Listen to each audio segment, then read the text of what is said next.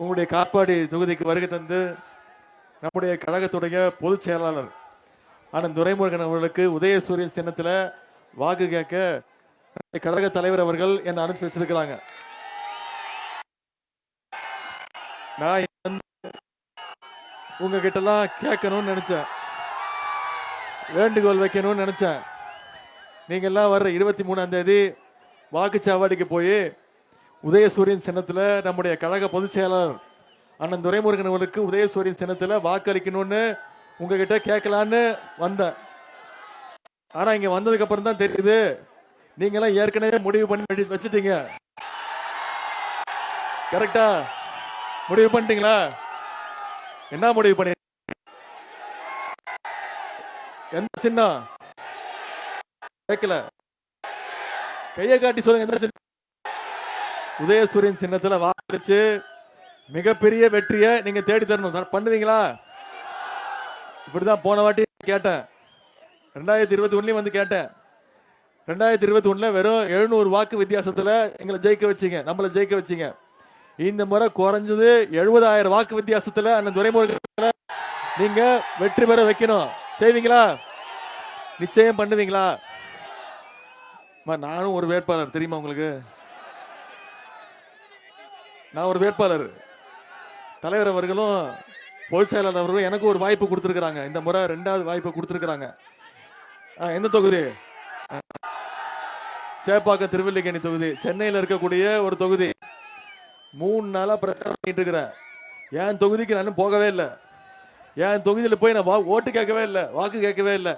என் தொகுதிக்கு போறதுக்கு முன்னாடி நம்முடைய காட்பாடிக்கு வந்து உங்களை எல்லாம் பார்த்துட்டு தான் என் தொகுதிக்கு போகணும்னு உங்களை பார்க்க வந்திருக்கேன். ஏன் தெரியுமா? எனக்கு சீட்டு கொடுத்ததும் அவர் தான், எனக்கு வாய்ப்பு கொடுத்ததும் பொதுச் செயலாளர் தான்.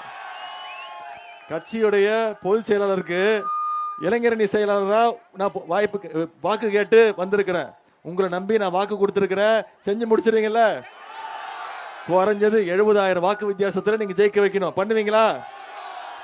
முதல்ல இந்த நிகழ்ச்சியை, இந்த பிரச்சார நிகழ்ச்சியை இவ்வளவு சிறப்பா ஏற்பாடு செஞ்சிருக்கக்கூடிய நம்முடைய நாடாளுமன்ற உறுப்பினர், மாவட்ட கழக பொறுப்பாளர், என்னுடைய அருமை சகோதரர் திரு கதிரானந்த் அவர்களுக்கும், தெற்கு மாவட்ட கழக செயலாளர் அண்ணன் நந்தகுமார் அவர்களுக்கும், நாடாளுமன்ற உறுப்பினர் அண்ணன் திரு ஜெகத்ரட்சகன் அவர்களுக்கும், மாவட்ட பொருளாளர் திரு நரசிம்மன் அவர்களுக்கும், மாநகர செயலாளர் அண்ணன் கார்த்திகேயன் அவர்களுக்கும், பொதுக்குழு உறுப்பினர்கள் தயாநிதி, லோகநாதன், ஒன்றிய பகுதி பேரூர் கழக செயலாளர்கள் அனிகாச்சலம், சரவணன், ரவி, கருணாகரன், ஏ.கே. முருகன், வன்னியராஜா, சுனில்குமார், பரமசிவம், முருகபெருமான், நேரு, பரமசிவம், ஒன்றிய குழு தலைவர் திரு வேல்முருகன், மண்டல குழு தலைவர் புஷ்பலாதா, வன்னியராஜா, மாவட்ட இளைஞரணி அமைப்பாளர் சகோதரர் டீட்டா சரவண, மாணவர் அணி அமைப்பாளர் திரு சீனிவாச, மாநகர இளைஞரணி அமைப்பாளர் ரவிக்குமார், துணை அமைப்பாளர்கள் சத்தியமூர்த்தி,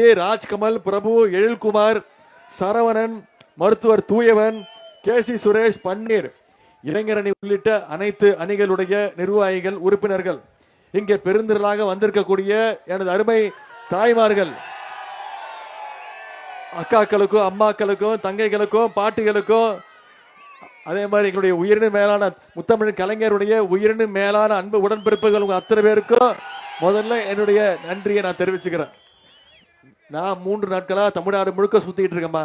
கிட்டத்தட்ட 15 தொகுதி போய் மக்களை சந்திச்சு உதயசூரியன் சின்னத்திற்கு நம்முடைய மதச்சார்பற்ற முற்போக்கு கூட்டணியை சேர்ந்த அனைத்து வேட்பாளர்களுக்கும், வெற்றி வேட்பாளர்களுக்கும் வாக்கு சேகரிச்சுட்டு இருக்கிறேன். எங்க போனாலும் மிகப்பெரிய எழுச்சி. நிச்சயம் இந்த முறை 200 இல்ல 200க்கும் அதிகமான தொகுதிகளில் திராவிட முன்னேற்ற கழகம் நம்முடைய கூட்டணி, நம்முடைய வெற்றி உறுதி செய்யப்பட்டிருக்கு. நம்முடைய தலைவர் அவர்களும் கடந்த 2 நாளா தமிழ்நாடு முழுக்க பிரச்சார கூட்டங்களில் பங்கேற்று மக்களை சந்திச்சுட்டு இருக்கிறார். எந்த தைரியத்துல மக்களை சந்திக்க வரோம்? இன்னைக்கு உங்களை பார்க்கறதுக்கு நான் வந்திருக்கேன்னா, இந்த பகுதியில் எத்தனை திட்டங்களை உங்களுடைய சட்டமன்ற உறுப்பினர், நம்முடைய நீர்வளத்துறை அமைச்சர் எத்தனை திட்டங்களை கொண்டு வந்திருக்கிறாரு, எத்தனை சாதனைகளை செஞ்சு முடிச்சிருக்கிறோம். சுமார் 12 கோடி ரூபாய் மதிப்பீட்டில் சேர்க்காடு ஊராட்சியில அரசு கலை கல்லூரி நம்முடைய உங்களுடைய அமைச்சர் கொடுத்தது. 14 கோடி ரூபாய் மதிப்பீட்டில் சேர்க்காட்டுல பல்நோக்கு மருத்துவமனை, மல்டி ஸ்பெஷாலிட்டி ஹாஸ்பிட்டல் உங்களுடைய அமைச்சர் கொடுத்தது. கழிஞ்சூர் மட்டும் தாராபடவேடு ஏரி இன்னைக்கு 28 கோடி ரூபாய் செலவுல அது மேம்படுத்தப்பட்டு சுற்றுலா தலமாக மாற்றப்பட்டிருக்கிறதுனா யாரு? உங்களுடைய அமைச்சர் உங்களுடைய தொகுதி கொடுத்திருக்கிறார். 13 கோடி ரூபாய் மதிப்பீட்டுல சேன்பாக்கத்துல ஒரு தடுப்பணை, அதே மாதிரி அரும்பகிருதியில ஒரு தடுப்பணை, குகையநல்லூர்ல மீண்டும் ஒரு தடுப்பணை, பொன்னை அணைக்கட்டு புனரமைப்பு, மேல்பாடியில ஒரு தரைப்பாலம், 18 கோடி ரூபாய் மதிப்பீட்டுல பரமசாத்துல ஒரு தடுப்பணை, 100 கோடி ரூபாய் மதிப்பீட்டுல காட்பாடி பிரம்மபுரத்திலிருந்து ரங்காபுரம் வரைக்கும் ஒரு புதிய புற வழிச்சாலை, மகிமண்டலம் ஊராட்சியில தொழிற்பேட்டை அமைக்கப்படும் என்று அறிவிக்கப்பட்டு இன்னைக்கு அது நிலம் செய்யப்பட்டிருக்கு. மீண்டும் நம்முடைய ஆட்சி அமைஞ்சோடனே அந்த பணிகளை தொடங்குவோம். மேட்டுக்குளம் ஊராட்சியில் உள்ள சிப்காட்ல காலனி உற்பத்தி சாலை இன்னைக்கு அமைக்கப்பட்டு வேலை வாய்ப்பு கொடுக்கப்பட்டிருக்கு. இதெல்லாம் செஞ்சு கொடுத்திருக்கிறோம். இது போல பல திட்டங்கள் உங்களோட தொகுதிக்கு வரணும்னா, இந்த காட்பாடிக்கு வரணும்னா நீங்க மீண்டும் அண்ணன் துரைமுருகன் அவர்களை உதயசூரியன் சின்னத்துல வாக்களிச்சு மிகப்பெரிய வாக்கு வித்தியாசத்தில் ஜெயிக்க வைக்கணும். செய்வீங்களா? அது மட்டும் இல்ல, கோரிக்கைகள் வச்சிருக்கிறீங்க. கழிஞ்சூர் பகுதியில ஒரு சமூக நல கூட வேண்டும்னு ஒரு கோரிக்கை. மேல்பாடி, சீக்கராஜபுரம், திருவலம் உள்ளிட்ட ஊர்களுக்கு சமூக நலக்கூடம். கால்நடை மருத்துவமனை ஆரிமுத்து மோட்டு ஊராட்சியில கால்நடை மருத்துவமனை வேண்டும்னு கோரிக்கை. லாலாப்பேட்டையில மயான வசதி ஏற்படுத்தி தர வேண்டும் கோரிக்கை. அரசு மேல்நிலை பள்ளிக்கு புதிய கட்டடம் வேண்டும் கோரிக்கை. சேவூர், தேன்பள்ளி மற்றும் கீரை சாத்து ஊராட்சியில கால்நடை மருத்துவமனை வேண்டும் ஒரு கோரிக்கை. இந்த கோரிக்கைகள் எல்லாம் நிறைவேற்றணும்னா மீண்டும் நம்முடைய திராவிட மாடல் 2.2 ஆட்சி அமைஞ்சாக வேண்டும்.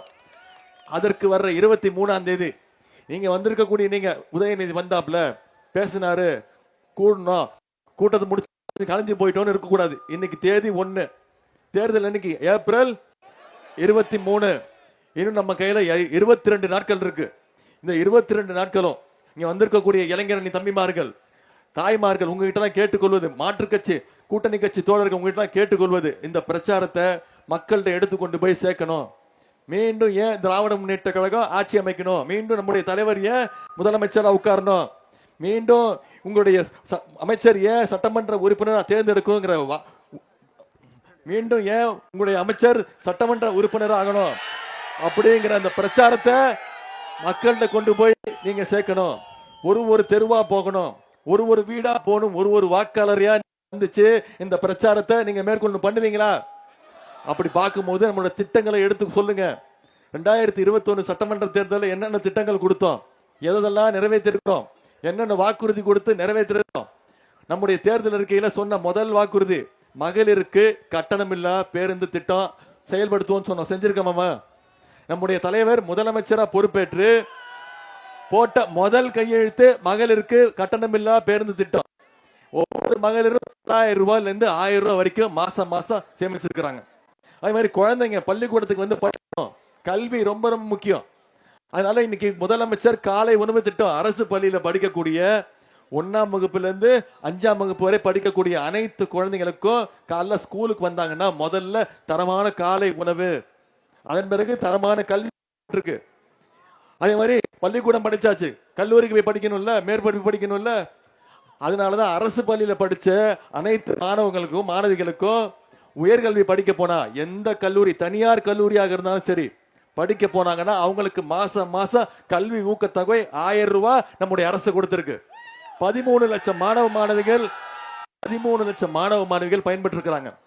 இப்ப போன 2 மாசத்துக்கு முன்னாடி நம்முடைய முதலமைச்சர் அவர்கள் கல்லூரி மாணவர்கள் 10 லட்சம் பேர்களுக்கு, மாணவர்கள் மாணவிகள் 10 லட்சம் பேருக்கு இலவச லேப்டாப் திட்டத்தை அறிமுகப்படுத்தி ஒரே மாசத்துல கொடுத்து முடிச்சிட்டோம்.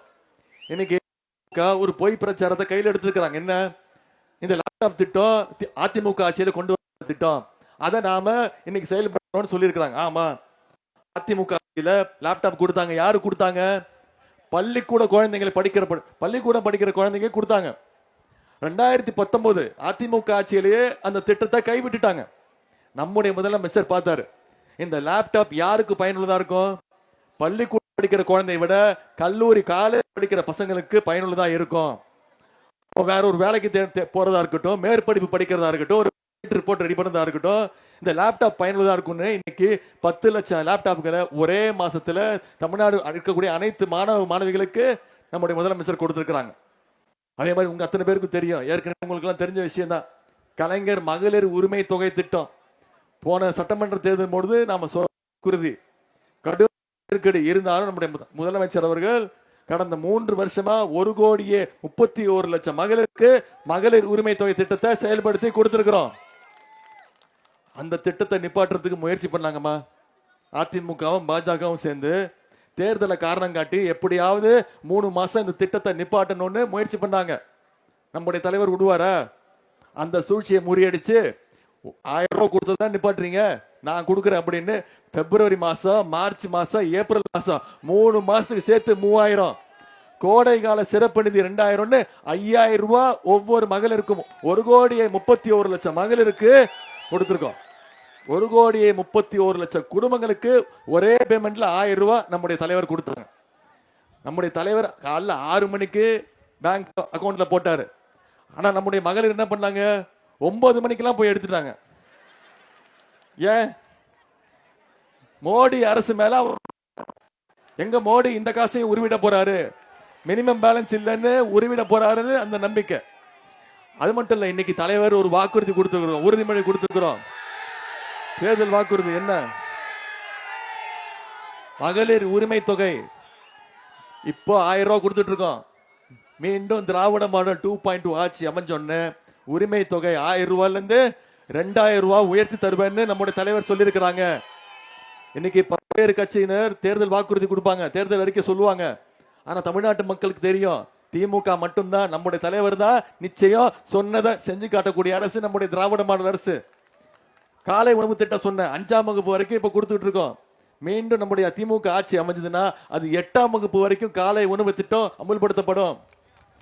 புதுமை பெண் திட்டம், தமிழ் புதுவர் கல்வி ஊக்கத்தொகை இன்னைக்கு மாசம் 1000 ரூபாய் கொடுத்துட்டு இருக்கிறோம் 13 லட்சம் மாணவர்களுக்கு. அது உயர்த்தப்படும். 1000 ரூபாயில இருந்து 1500 உயர்த்தப்படும். ஓஏபி முதியோர் உதவித்தொகை இன்னைக்கு 1200 ரூபாய் கொடுத்துட்டு இருக்கோம். அதை உயர்த்தி 2000 ரூபாய் ஆக்குறோம்னு நம்முடைய முதலமைச்சர் பிராமிஸ் பண்ணிருக்காரு, வாக்கு கொடுத்திருக்கிறாரு. கலைஞர் கனவு இல்லம் அடுத்த 5 வருஷத்துல 10 லட்சம் கலைஞர் கனவு இல்லம் வீடுகள் கட்டப்பட்டு வீடு இல்லாதவங்களுக்கு வீடு கொடுக்கப்படும் வாக்குறுதி கொடுத்திருக்கிறோம். மகளிர் சுய குழு அவங்களுக்கு எந்த விதமான கேரண்டி இல்லாம, பிணை இல்லாம 5 லட்சம் வரைக்கும் கடன் கொடுக்கப்படும் வாக்குறுதி கொடுத்திருக்கிறோம். இன்னொரு முக்கியமான வாக்குறுதி கொடுத்திருக்கிறோம், அவங்க அத்தனை பேருக்கு தெரியும், மகளிருக்கு தெரியும்.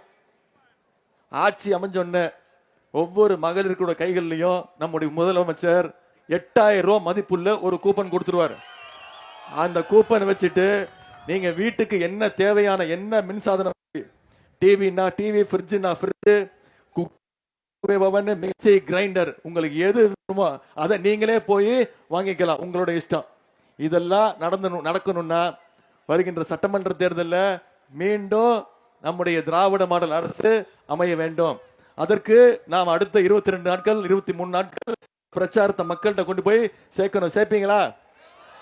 நான் இவ்வளவு திட்டங்கள் சொல்லியிருக்கிறோமா, என்னென்ன பண்ண போறோம், ஆட்சி அமைஞ்சா என்னென்ன பண்ண போறோம்னு சொல்லியிருக்கிறோம். இந்த 5 வருஷத்துல என்னென்ன பண்ணியிருக்கோங்கிறதையும் சில திட்டங்களை சொன்னேன். இவ்வளவு திட்டங்களை பண்ணதுனால தான் இன்னைக்கு இந்தியாவிலேயே நம்முடைய தமிழ்நாடு டபுள் டிஜிட் growth, இரட்டை இலக்க வளர்ச்சி 11.1% growthோட இன்னைக்கு நம்பர் 1 ஸ்டேட்டாக நம்முடைய தமிழ்நாடு இடம் பிடிச்சிருக்கு. இவ்வளவு சாதனைகளை பண்ணியிருக்கிறோம். இதுக்கெல்லாம் ஒன்றிய அரசு நமக்கு ஏதாவது துணை நின்று இருக்கா? மோடி ஏதாவது திட்டம் கொடுத்திருக்கிறாரா தமிழ்நாட்டுக்கு? போன பட்ஜெட்ல தமிழ்நாட்டுக்கு எந்த திட்டமும் இல்ல. இன்னும் சொல்ல போனா தமிழ்நாடுங்கிற பேரே இல்ல பட்ஜெட்ல. ஆனா அவங்களோட இன்னைக்கு யார் கூட்டணி வச்சிருக்கிறா? அடிமை அதிமுக கூட்டம் இன்னைக்கு கூட்டணி வச்சிருக்கு. நீ திட்டிட்டு போயிடு, அவர் என் மேல வருத்தப்படுறாரு. நேற்று பேசியிருக்காருமா கூட்டத்துல, எதிர்கட்சி தலைவர் எடப்பாடி பழனிசாமி என்ன சொல்றாரு, நான் அவர் ரொம்ப தகாத வார்த்தையில பேசிட்டேன் அப்படின்றாரு. நான் என்ன சொன்னேன்? அப்படி ஒன்றும் தகாத வார்த்தை கிடையாது, உண்மையை தான் சொன்னேன். நாம் எல்லாம் முரட்டு பக்தர்கள் பார்த்திருப்போம், முரட்டு தொண்டர்களை பார்த்திருப்போம். இன்னைக்கு இந்தியாவே ஒரு முரட்டு அடிமையை பார்த்துக்கிட்டு இருக்குன்னு சொன்னேன். இது தகாத வார்த்தையாம்மா? இதுதான் கெட்ட வார்த்தையா? முரட்டு அடிமைங்கிறது கெட்ட வார்த்தையா? அவருக்கு இருக்கிற அனுபவம் எனக்கு இல்லதான். அவர் சொல்றாரு உதயநிதியோட வயசு என்னுடைய அரசியல் அனுபவம் அப்படின்றாரு. ஆமா, அரசியல்ல உங்களை விட எனக்கு குறைவான அனுபவம் தான். ஆனா என்ன அனுபவம் இருக்கு? எனக்கு எந்த உருட்டல் மிரட்டலுக்கும் பயப்பட இருக்கு. குறிப்பா என்னைக்குமே சுயமரியாதையோடு இருக்கக்கூடிய அனுபவம் இருக்கு. தமிழ்நாட்டு என்னைக்கும் மக்களோட நின்று போராட்டம் பண்ற அந்த அனுபவம் இருக்கு. எனக்கு இந்த அனுபவம் எல்லாம் இருக்கு. நான் இன்னைக்கு எடப்பாடி பழனிசாமி அவர்களை பார்த்து கேட்கிறேன், உங்களுக்கு என்னென்ன அனுபவம் இருக்கு? மறைந்த முதலமைச்சர் ஜெயலலிதா அம்மா இருக்கிற வரைக்கும் அந்த அம்மாவுடைய காலு, அந்த அம்மா இறந்த பிறகு சசிகலா அம்மா காலு, சசிகலா அம்மா ஜெயிலுக்கு போனோடனே ஓபிஎஸ் காலு, ஓபிஎஸ் அவர்கள் அமுச்சு வச்சுட்டு அப்புறம் டிடிவி காலு, இன்னைக்கு கடைசியா டெல்லிக்கு போய் மோடியும் அமித்ஷா பிடிச்சிட்டு இருக்கிற அனுபவம் தான் திரு எடப்பாடி பழனிசாமி அவர்களுக்கு இருக்கு. யார் காலெல்லாம் விழுந்தாரோ அவங்க அத்தனை பேர் டெல்லிக்கு போய் 4 கார் மாறி மாறி போய் திருட்டுத்தனமா அமித்ஷாவை பார்த்துட்டு வந்த அனுபவம் எனக்கு கிடையாது. அமித்ஷா வீட்டுக்குள்ள போயிட்டு வந்துட்டு மூஞ்ச மூடிக்கிட்டு திருட்டுத்தனமா ஓடி போன அனுபவம் எனக்கு கிடையாது. தமிழ்நாட்டுடைய உரிமைகள் அனைத்தையும் டெல்லிக்கு அடகு வச்ச அனுபவம் எனக்கு கிடையாது. அனுபவம் எல்லாம் திரு எடப்பாடி பழனிசாமி இருக்கு. எனவே இந்த பல தோல்விகளை பார்த்துட்டு இந்த தமிழ்நாட்டு மக்கள் பல தோல்விகளை கொடுத்துட்டீங்க அவருக்கு. இந்த முறை 10 தோல்வி பழனிசாமிய மொத்த தோல்வி பழனிசாமி ஆக்கி வீட்டுக்கு அனுப்புங்க. நம்முடைய தலைவர் திரும்ப திரும்ப சொல்றாரு, இந்த தேர்தல் சட்டமன்ற தேர்தல் தமிழ்நாடு அணி வெர்சஸ் டெல்லி அணி தேர்தல். ஏன் டெல்லி அணின்னு சொல்றோம்? மோடியும் அந்த கூட்டணியில் இருக்கிறாங்க. மீண்டும் பிஜேபி தமிழ்நாட்டு கூடாது, அதிமுக விடுற ஒரு வாக்கும் பிஜேபிக்கு விடுற வாக்கு என்பதை நீங்க மக்கள்கிட்ட எடுத்து சொல்லுங்க. BJP A team, B team, C டீம்னு பல டீம் இறக்கி இருக்கிறாங்க. ஆனா எத்தனை டீம் வந்தாலும் தமிழ்நாட்டில் ஜெயிக்க போவது நம்முடைய டீம் தான். நம்ம தான் மீண்டும் சாம்பியன் ஆக போறோம். அதை செஞ்சு காட்ட வேண்டிய கடமை இங்க வந்திருக்க. செஞ்சு காட்டுவோமா? உங்களை எல்லாம் அன்போடு கேட்கிறேன், என் பாசம் கேட்கிறேன், உரிமையோடு கேட்கிறேன், உங்க வீட்டு பிள்ளையாக இருந்து கேட்கிறேன், தலைவருடைய மகனாக இருந்து கேட்கிறேன், இன்னும் பெருமையா பூரிப்பா சொல்லணும்னா டாக்டர் கலைஞருடைய பேரனாக இருந்து கேட்கிறேன். உதயசூரியன் சின்னத்தில் கழகத்துடைய பொதுச்செயலாளருக்கு வாக்களிச்சு குறைந்தது 70,000 வாக்கு வித்தியாசத்துல அவரை நீங்க வெற்றி பெற வைக்க வேண்டும் என்று கேட்டுக்கொண்டு வரவேற்பு அளித்தவங்க அத்தனை பேருக்கும் மீண்டும் என்னுடைய நன்றியை சொல்லி ஆதரிப்பீர். உதயசூரியன், உதயசூரியன், உதயசூரியன். நன்றி, நன்றி.